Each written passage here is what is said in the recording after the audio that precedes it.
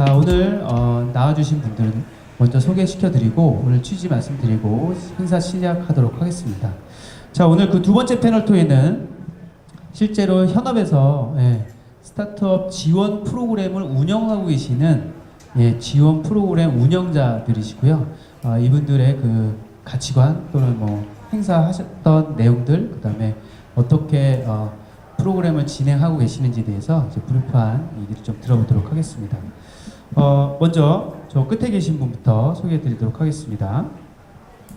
자, 르오봇의 김영록 센터장님 나와주셨습니다. 큰 박수로 부탁드리겠습니다. 안녕하세요. 반갑습니다. 네, 반갑습니다.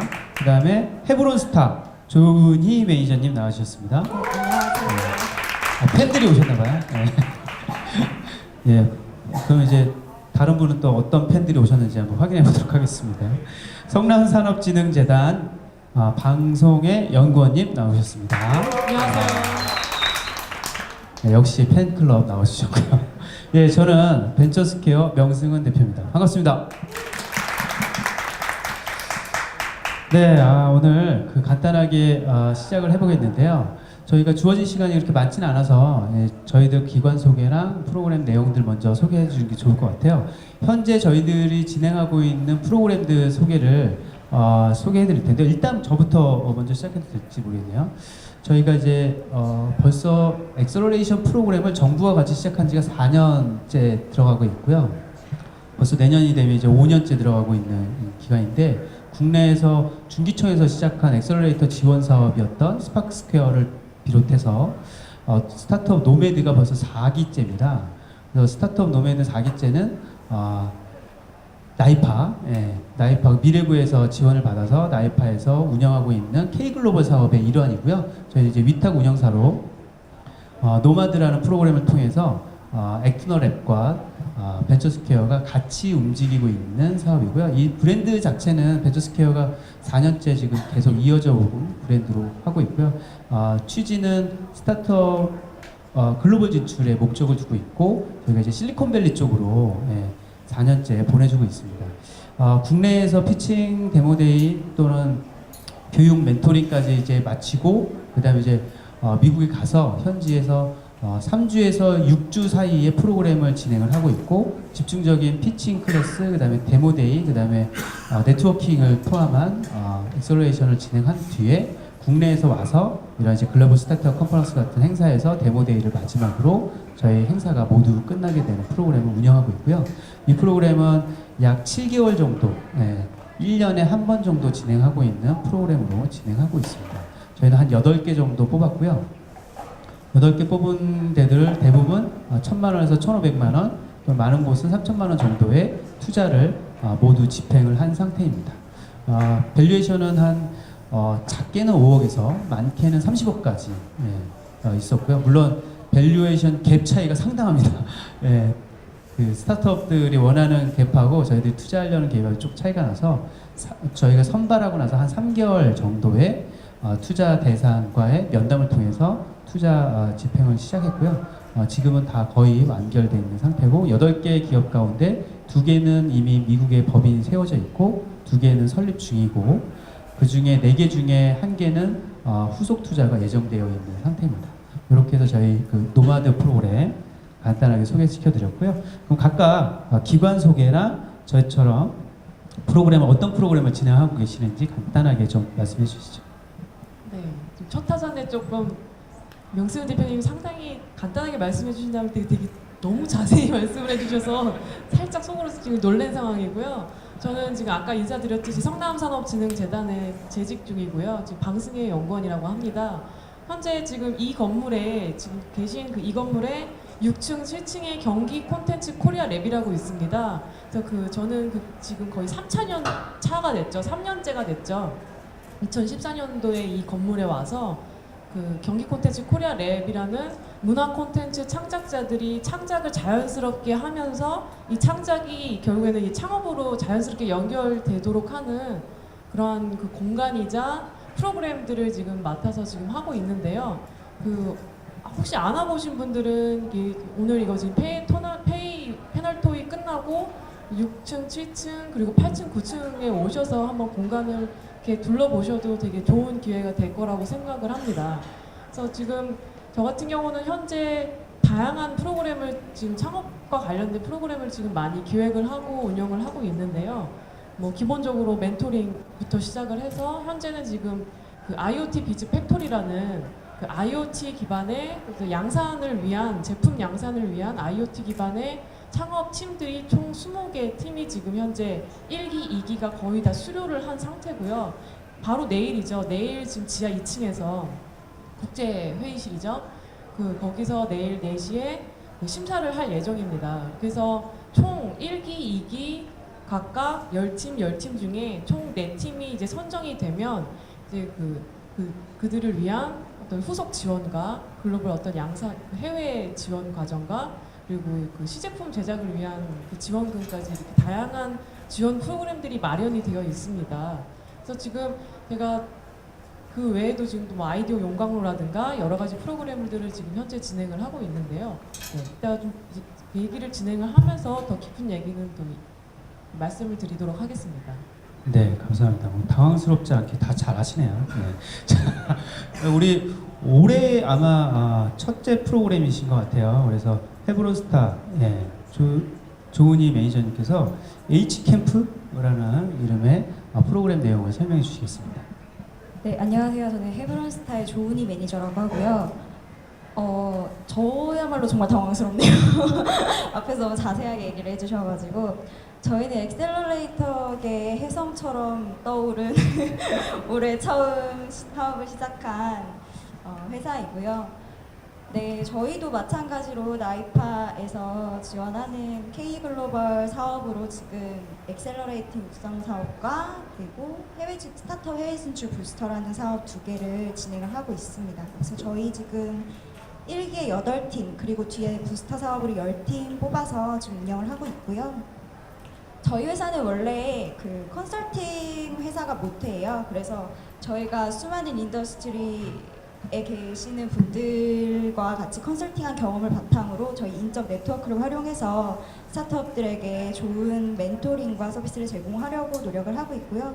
저희도 마찬가지로 지금 1,000에서 한 3천만 원 정도 시드 펀딩 제공을 하고 있습니다. 지금 8개 정도 투자를 했고요. 지금 나머지 좀 투자 논의 중에 있습니다.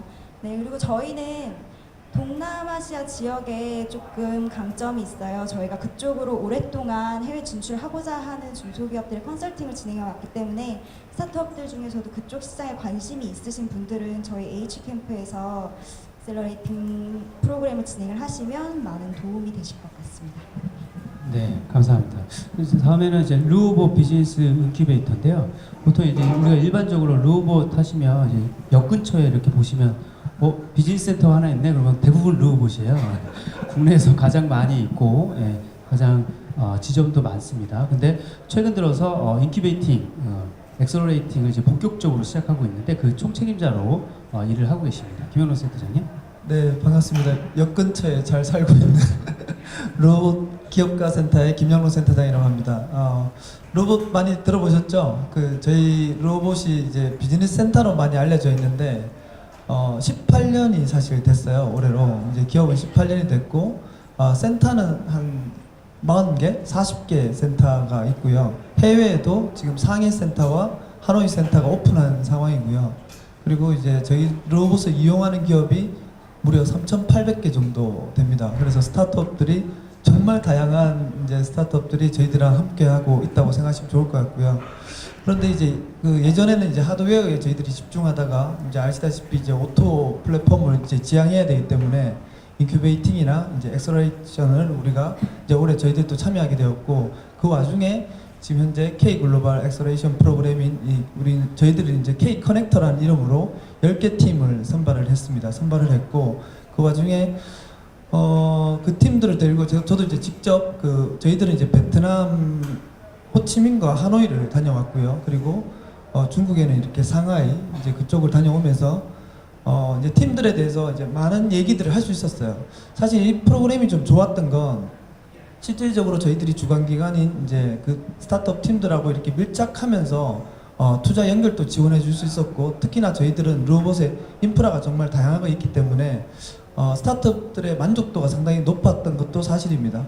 오늘 이제 뭐 토크하면서도 그런 얘기들을 저도 조금 나눌까 하는데 여러 가지 측면에서 그 되게 즐거웠던 프로그램인 것 같았습니다. 네. 네, 각각의 이제 기관 소개나 이제 프로그램 소개를 말씀드렸는데요. 사실 각 기관들이 한 가지 프로그램만 운영하진 않습니다. 그래서 여러 가지 프로그램을 다양하게 운영하고 있는데 그 중에 오늘, 내일 이렇게 데모데이를 펼치는 내용 위주로 좀 말씀을 드리도록 하겠습니다. 자, 그러면 데모데이 출전하는 팀들이 이제 좀 선별이 됐잖아요. 예, 그 선별된 팀들을 사실은 뽑을 때부터 고민을 많이 하셨을 것 같은데 이 뽑는 과정에서 어떤 점을 주력해서 사실은 뭐 투자의 대상이 되기도 하지만 선발할 때는 뭐 이유가 있어서 뽑을 거 아니에요. 뭐 어떤 내용으로 먼저 뽑으셨는지 좀 궁금합니다. 기준들이 좀 있었을 것 같은데요. IoT 팩토리? 이름에서 IoT가 안 붙으면 이제 안 뽑았었나요? 네, 이름에서 얘기하고 있죠. IoT 비즈 팩토리라는 그 내일 데모데이 이제 4시에 할 텐데 그 프로그램 같은 경우는 저희가 사실 그 위키팩처링 캠프라는 그 콘텐츠 코리아 랩에서 경기 콘텐츠 코리아 랩에서 1차년도, 2차년도, 그래서 이번이 3차년도예요. 그러니까 그 전에 그런 비슷한 IoT 기반의 프로그램을 했어요. 그러니까 처음에 그 1차년도 때는 못 모르고 그냥 이렇게 아 이런 사업이 있구나 이러면서 굉장히 초급 단계 3D 프린터 초급 과정부터 시작해서 뭐 아두이노 초급 과정부터 시작해서 이렇게 정말 마음이 그냥 열려 있는 아이디어만 가지고 있는 분들만 뽑아서 했었어요. 그러니까 그때는 아이디어만 가지고 있는 상태였었죠. 근데 사업을 진행을 해 보니 그렇게 하니까 어떤 창업에 대한 결과물이 사실 나와야 되잖아요. 정말 창업에 목말라 있는 분들이 오셔서 그 프로그램을 들으셔야 되는데 그러다 보니까 저희도 점점 레벨이 높아지게 되는 거죠. 그래서 2000년도 때는 조금 더 심화 과정을 해보게 되고 그리고 올해 이 IoT 비즈 팩토리 같은 경우는 정말 본격적으로 정말 그 IoT 기술 분야에 대해서 현업 실무 과정을 정말 오랫동안 하신 분들 정말 그런 기술적인 부분에 대한 기반이 있으시냐 아이디어는 당연히 있으셔야 되고요. 그리고 지금 당장 멘토링을 듣고 시제품이 정말 더 업그레이드 돼야 되는 정말 당장 글로벌 뭐 양산이라든가 지금 당장 제품으로 찍어내도 정말 이상이 없을 정도의 실력이 되시는 분들을 정말 찾게 되더라고요. 사업 담당자로서도 그렇게 욕심이 정말 생기고 그렇게 하면은 네. 그 경쟁률이 상당히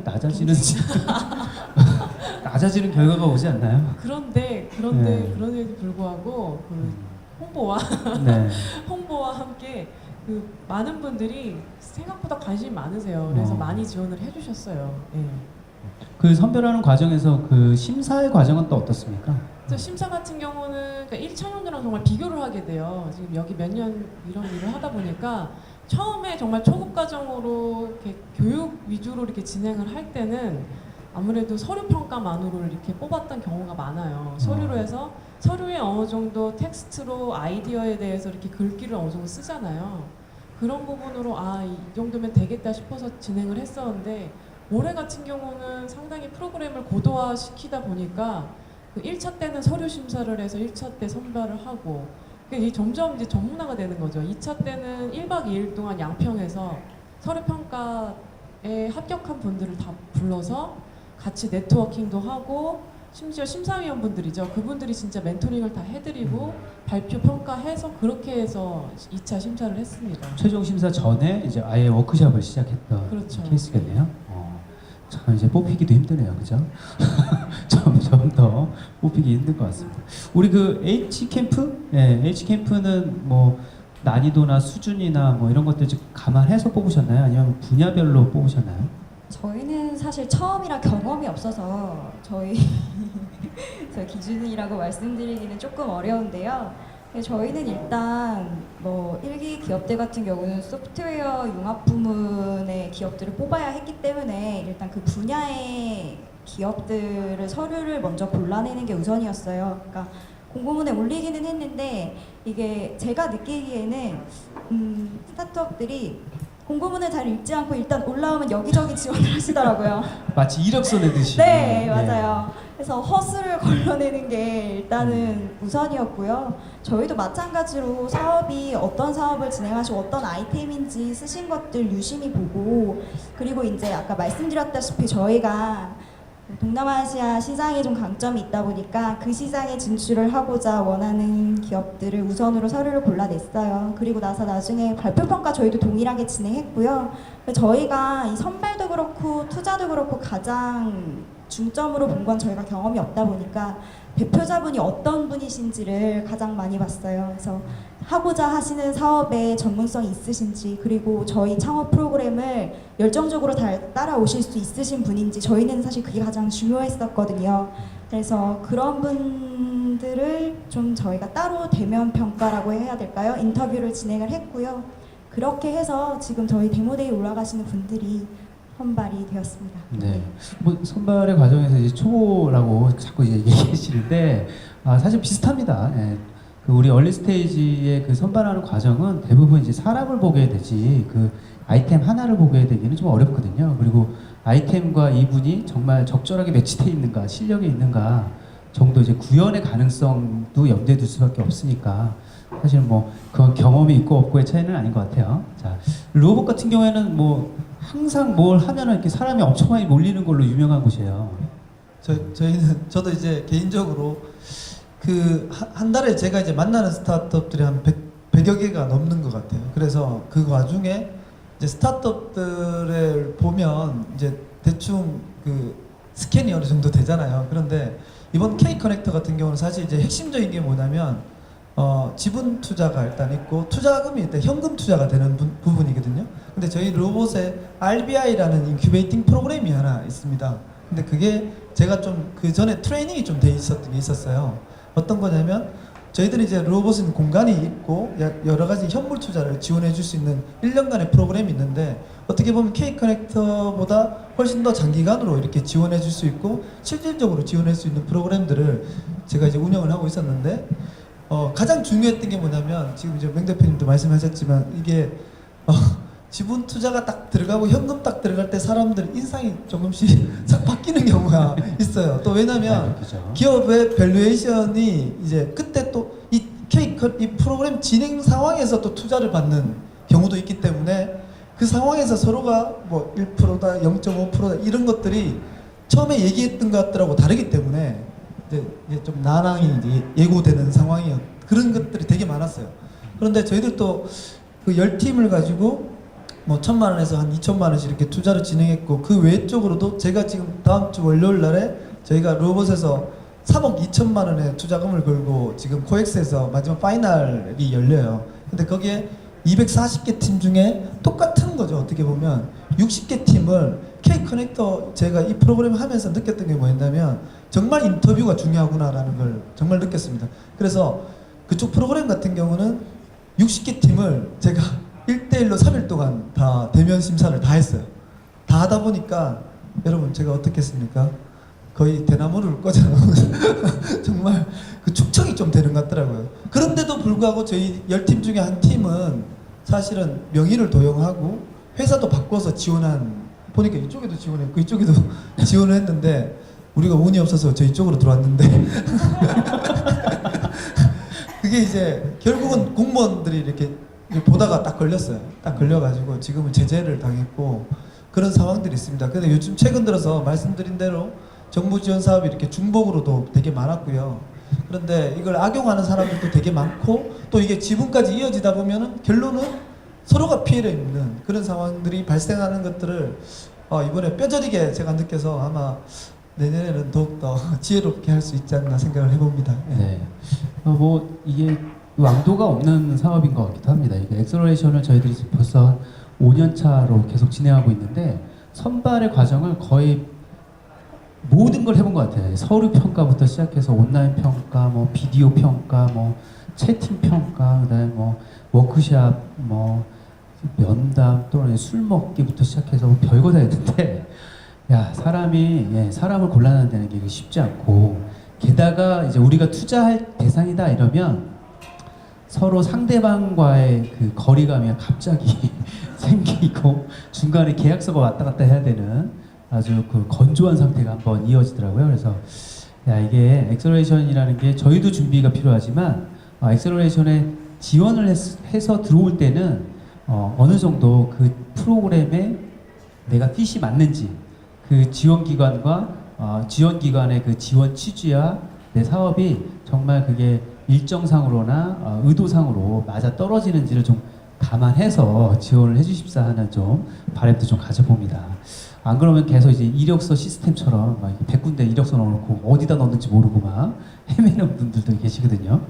자, 그러면 이제 좀 기관별로 이제 여러 가지 차이들을 조금씩 느끼실 것 같은데요. 자, 그러면 이제 본격적으로 선발을 해서 지원을 들어가면 우리가 엑셀러레이션이라는 게 과연 뭐 어떻게 지원해 주는 거지? 뭘 도와주는 거지? 이렇게 궁금해 하거든요. 과연 이제 기관들마다 어떤 프로그램을 가지고 지원을 해 주시는지 우리 저희 김영로 센터장님이 가장 말이 많으시니까 짧게 끊으시라고 먼저 한번 여쭤보겠습니다. 대부분의 이제 정부 지원 프로그램과 비슷한데 특히 그 나이파에서 하는 K 글로벌 엑셀레이션 프로그램 자체는 일단 해외 진출을 목적으로 하고 있고요.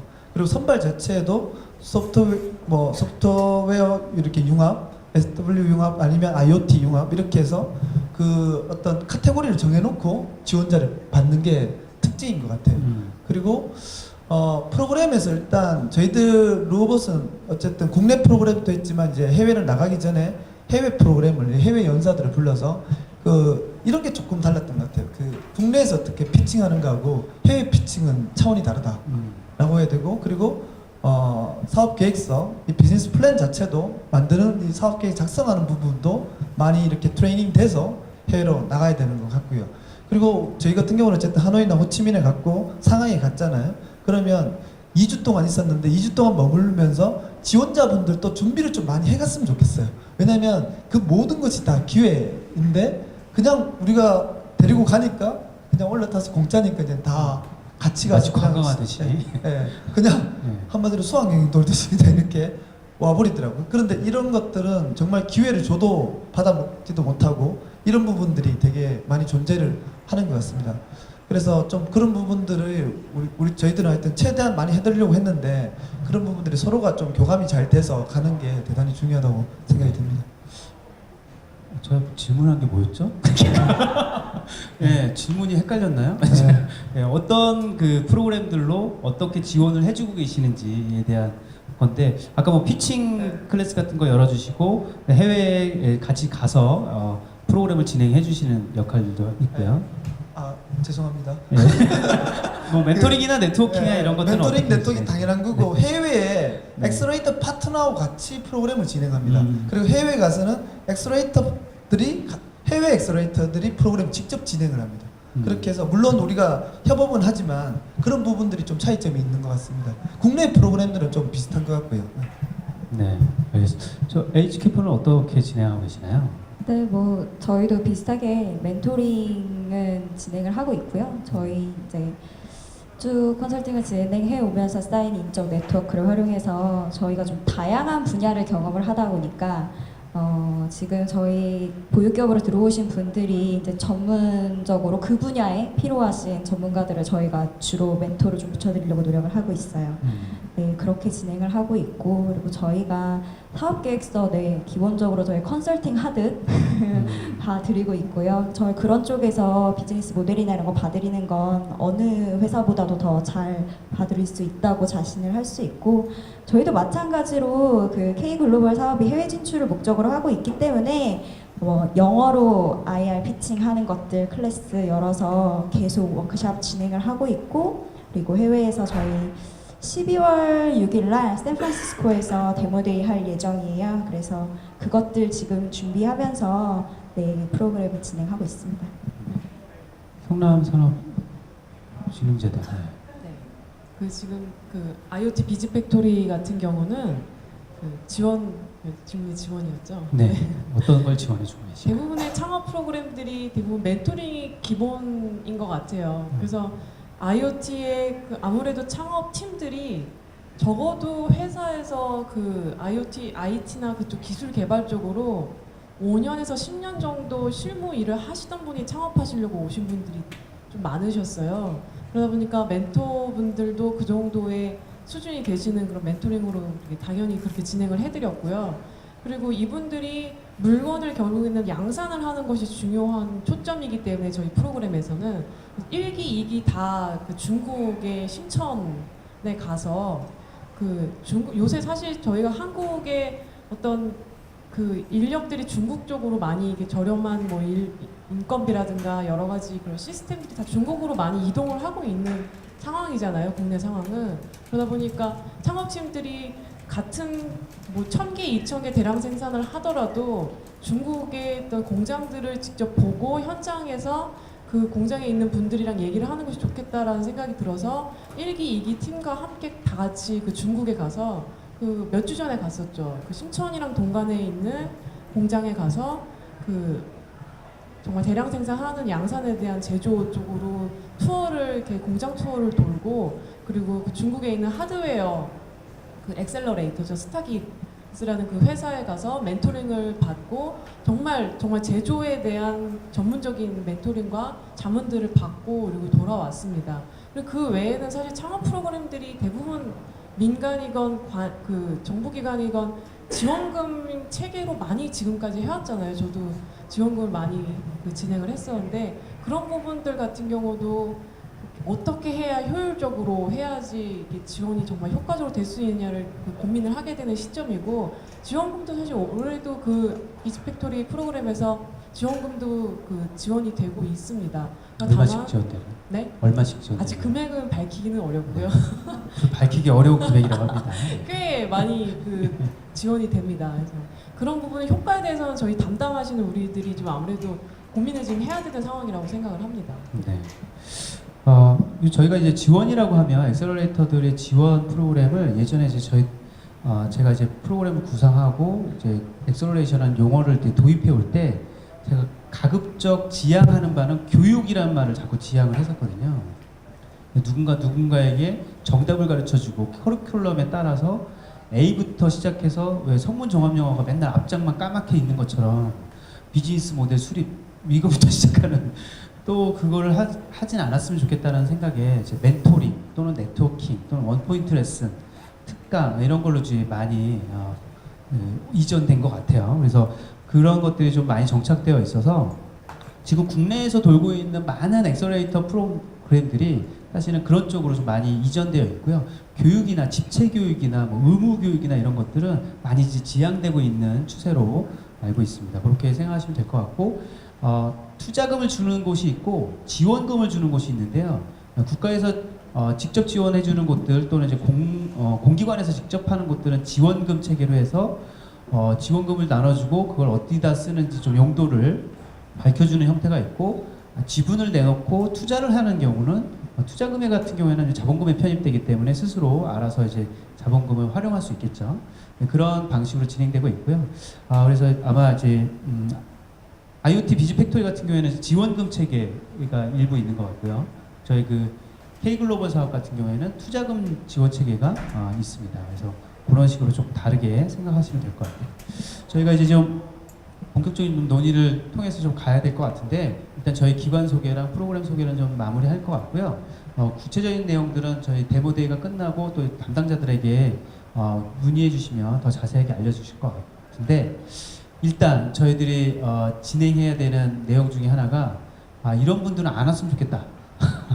네, 뭐 이렇게 지원해 주는 사람들 막 이렇게 계속 얘기를 하는데 부득불 또 이분들 같은 경우는 저희가 뽑을 수 없다. 이런 경우도 있을 것 같아요. 또는 프로그램에 들어왔는데 이런 생짜 부리는 사람들도 있더라. 이런 얘기도 좀 해주시면서 다른 분들이 저러면 안 되겠다는 생각을 좀 할 수 있도록 좀 사례를 좀 들어서 좀 얘기해 주셨으면 좋겠습니다. 선생님. 유형으로 얘기할게요. 첫 번째는 적으십시오. A 타입. 아이디어 말씀 안 하시는 분들. 아. 네, 그러니까 팀 빌딩을 해서 팀끼리 아이디어 교환하잖아요. 근데 자기 아이디어를 끝까지 얘기를 안 하시는 분들이 계세요. 그리고 심지어 피해 의식도 있으세요. 내 거 아이디어 뺏어간다고. 아, 정말 있으시더라고요. 그런 분들 그리고 두 번째는 그러니까 다짜고짜 중간에 이렇게 잠수 타시는 잠수형. 네. 아 진짜 이게 사실 창업자분들을 위해서 이렇게 딱 예산이 마련이 되고 그분들을 위해서 이게 금액으로 정확하게 하나하나 계산 안 해봤지만 사실 어마어마한 돈이잖아요. 사실 이게 누적이 되면. 근데 갑자기 연락을 안 하시고 사라지세요. 집 주소를 알면 찾아갈 텐데 그러면 스토킹이겠죠. 네. 아 그런 분들은 제발 좀 지원 안 해주셨으면 좋겠다. 예 그런 얘기하시고요. 예시캠프는 그런 사례가 있나요?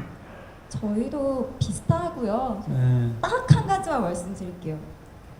제대로 안 하실 분은 지원 안 해주셨으면 좋겠어요. 그러니까 저희는 열심히 프로그램을 준비하고 이분들이 막 좋은 멘토링을 받을 수 있도록 스케줄도 맞춰드리고 막 열심히 노력을 하는데 아 저 갑자기 급한 발표가 잡혀서요 하고 전화를 하세요. 그러면 이해는 하지만 사실은 조금 멘붕이 오죠. 저희 프로그램 운영하는 입장에서는. 그래서 주어진 스케줄에 그리고 저희가 준비한 거에 적극적으로 열심히 참여해 주시지 않을 분들은 액셀러레이팅 안 하시는 게 이게 귀중한 시간인데 그 시간을 허비하시면 사실 좋은 멘토링 하면서 많은 것을 얻어가실 수 있거든요. 교육도 받으시면서. 근데 의미 없는 시간을 보내실 거면 지원을 안 하시는 게 좋을 것 같습니다.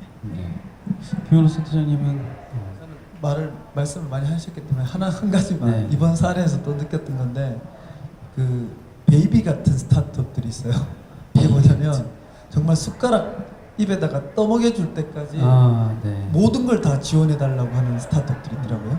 이게 저희가 정부 지원 사업이 되다 보니까 자기가 여기서 모든 걸 100% 다 빼먹어야겠다 이런 생각을 좀 가지고 계신 분들이 있어요.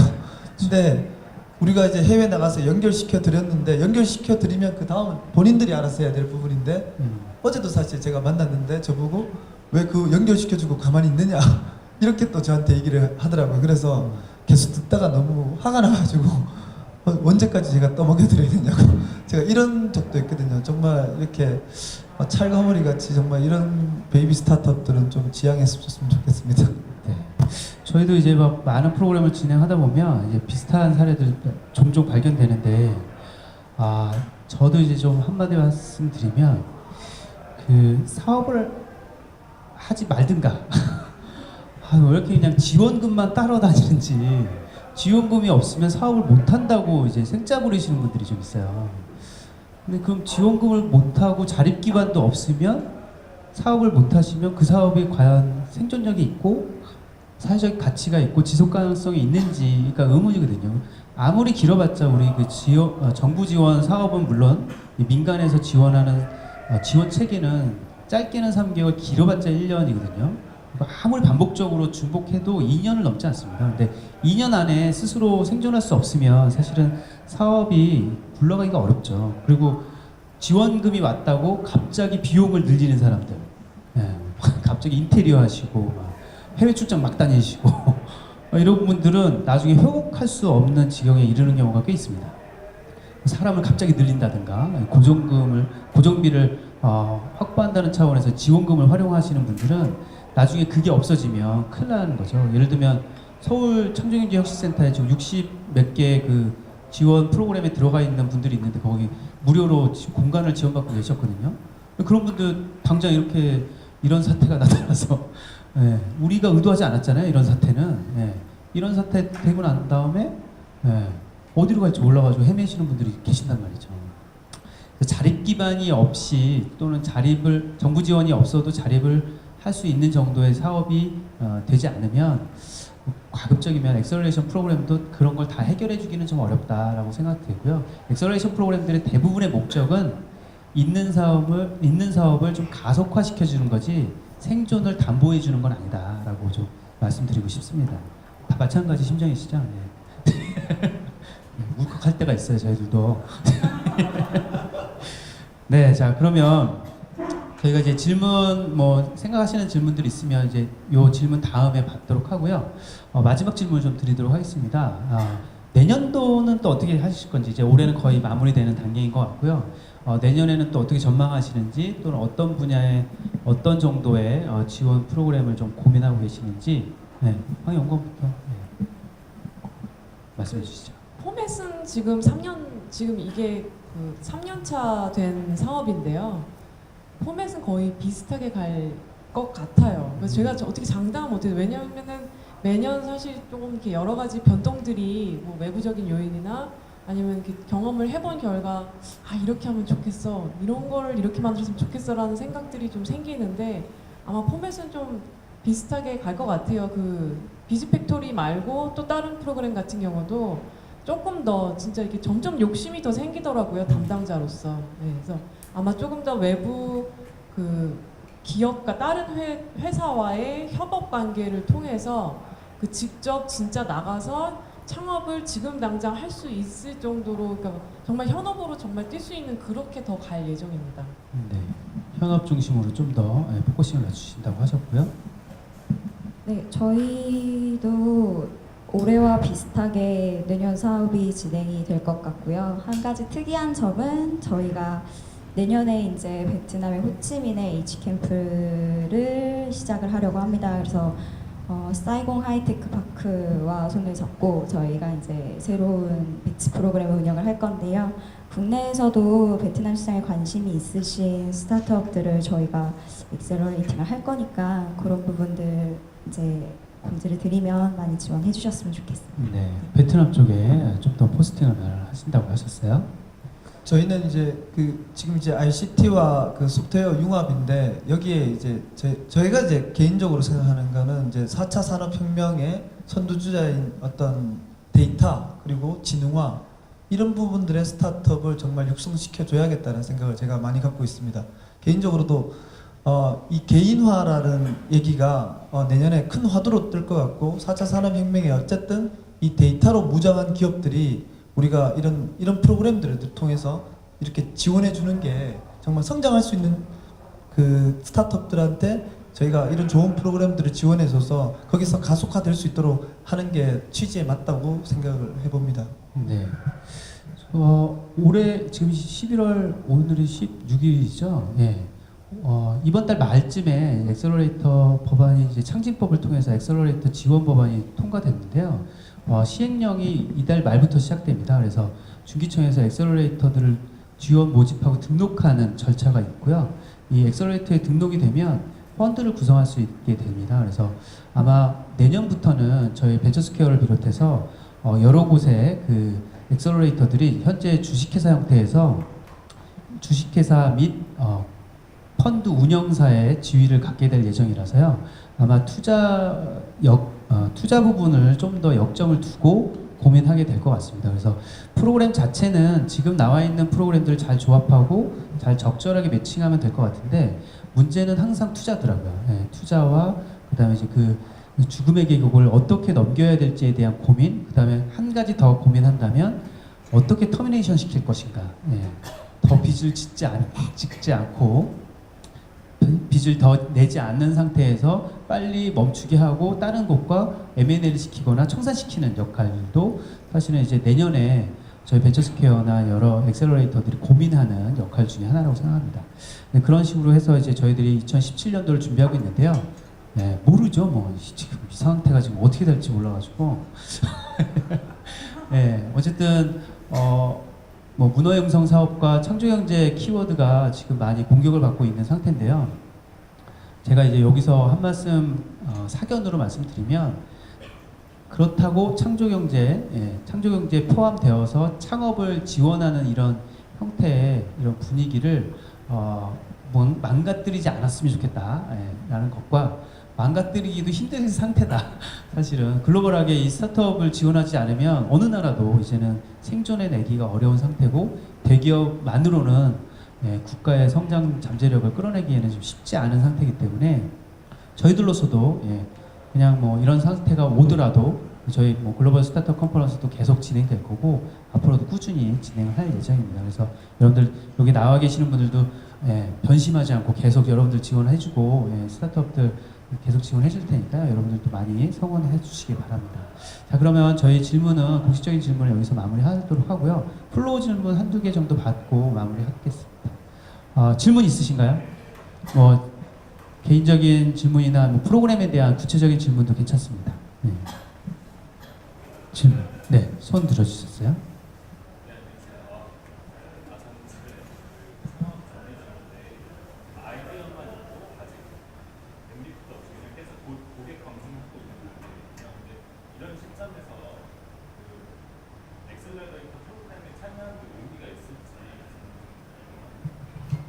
그런 부분은 우리 김영록 센터장님이 잘 아실 것 같아요. 전혀- 질문은 잠깐만요. 제가 방송에 나가는데 네. 마이크가 없으셔서 질문은 아이디어가 있고 지금 MVP도 아직 현실화되지 않은 상태에서 이런 아이디어를 구체화해가는 과정에 엑셀러레이션 프로그램에 지원하는 것이 맞느냐에 대한 질문이었습니다. 네, 일단 전혀 의미가 없고요. 심플하네요. 네, 심플합니다. 단계별 이제 스타트업 성장 전략이 있는데 일단은 그 창업 아카데미 같은 교육을 먼저 받으시는 게 좋을 것 같습니다. 그래야 멘토를 찾을 수 있고 또 아이템이 대단히 중요하거든요. 일단 스타트업을 시작할 때 가장 중요한 건 두 가지입니다. 아이템하고 팀입니다. 팀 빌딩. 이 부분을 제일 투자를 많이 하시고 시작을 하셔야 되기 때문에 엑셀러레이션 프로그램은 조금 있다가 그게 다져지면 될 것 같습니다. 네, 저 잠깐 첨언 드리면요, 팀 없이 사업은 시작하지 못하십니다. 네, 실제로 그래서 팀이 없는 상태에서 혼자 창업은 그 프리랜서나 이 개인 사업자의 영역이기 때문에 엑셀러레이터들이 지원해주는 영역 자체가 아니다라고 말씀드릴 수 있겠습니다. 네, 다른 또 질문 받겠습니다. 이달 말에 이제 시행령이 나오잖아요. 시행령이 나오면 엑셀러레이터로서 이제 준비하셔야 될 것들이 있으실 텐데 혹시 따로 그 입장에서 준비하고 계신 것들이 있으신가요? 네, 뭐 저희부터 말씀을 드리면요, 엑셀러레이터 시행령이 아직 이제 확정되진 않았어요. 아니 뭐 시행령이 이제 구체화돼서 공표가 되면 이제 나타날 텐데 현재까지 나와 있는 거는 자본금 1억 원에 전문 인력 2인, 그 다음에 1년 내에 한 개 기수 이상의 그 프로그램을 운영해야 되고 한 개 기업에 투자할 때는 1,000만 원 이상의 투자금을 집행해야 된다. 뭐 이 정도가 이제 나와 있는 상태인데요. 그리고 또 하나는 아까 말씀드린 대로 펀드를 구성할 수 있는데 이 펀드가 개인 투자 조합이에요. 이 개인 투자 조합을 결성할 수 있는 참여할 수 있는 분들은 당연히 개인이고 엑셀러레이터들이 있겠고요. 재단, 공익재단, 비영리 재단들이 참여 대상이 가능합니다. 그래서 그분들을 대상으로 이제 개인과 그런 재단들 그리고 저희 같은 엑셀러레이터를 대상으로 저희는 이제 펀드를 좀 구성하려고 고민을 하고 있고요. 뭐 최소 한 50억에서 200억 사이의 펀드를 구성을 해서 아주 엔젤링을 가능한 상태의 그런 모습을 좀 만들고요. 이제 투자 이후에 투자된 곳 가운데 일부를 선발해서 엑셀러레이팅에 들어가게 하는 그런 프로그램을 좀 고민 중인데 시행령이 좀 구체적으로 나와봐야 저희도 좀 프로그램을 좀 준비할 수 있을 것 같긴 합니다. 예. 재단 쪽에서는 엑셀러레이팅 사업이 저 등록 가능한가요? 등록 아직 모르시죠? 네. 건너뛰겠습니다. 네, H캠프는 없어요.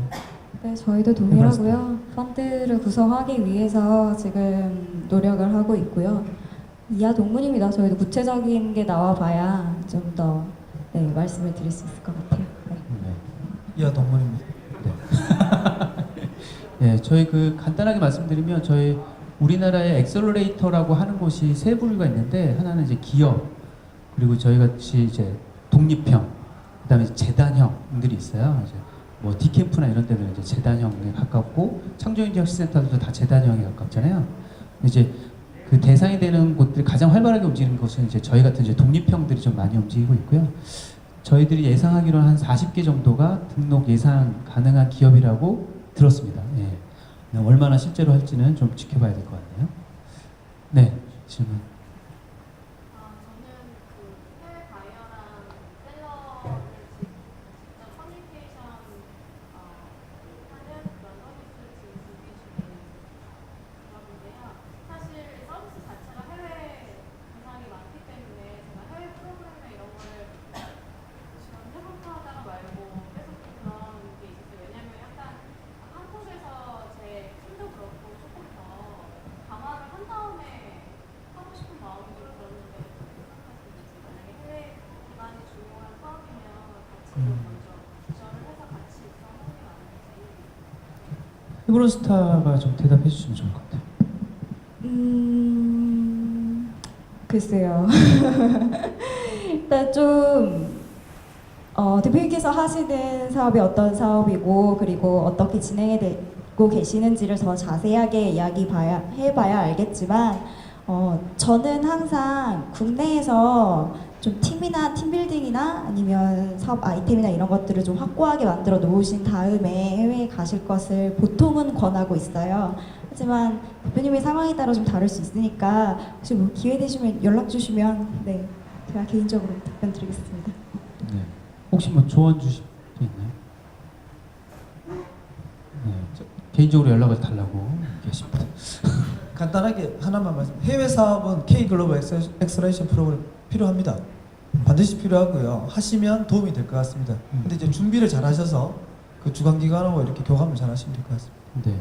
그 K 글로벌 사업의 특징 중에 하나가 이제 해외 진출 프로그램이 하나 있는데 해외 진출 프로그램에 여러 가지가 포함되어 있어요. 뭐 특허 지원이라든가 아니면 현재 네트워크 지원이라든가 현지 데모데이 지원이라든가 이런 것도 많이 있는데 일단 이제 현지에 갈 수 있잖아요. 비용을 좀 덜 들이고 갈 수 있고 현지의 파트너 네트워크들을 이미 만들어 놓은 상태에서 집중적으로 관리하고 제휴하고 파트너를 넓혀가는데 나 혼자 가는 게 아니라 여러 명이 같이 가니까 지원을 해줄 수 있는 게 있거든요. 그래서 그런 프로그램에 조금 적합한 것 같고요.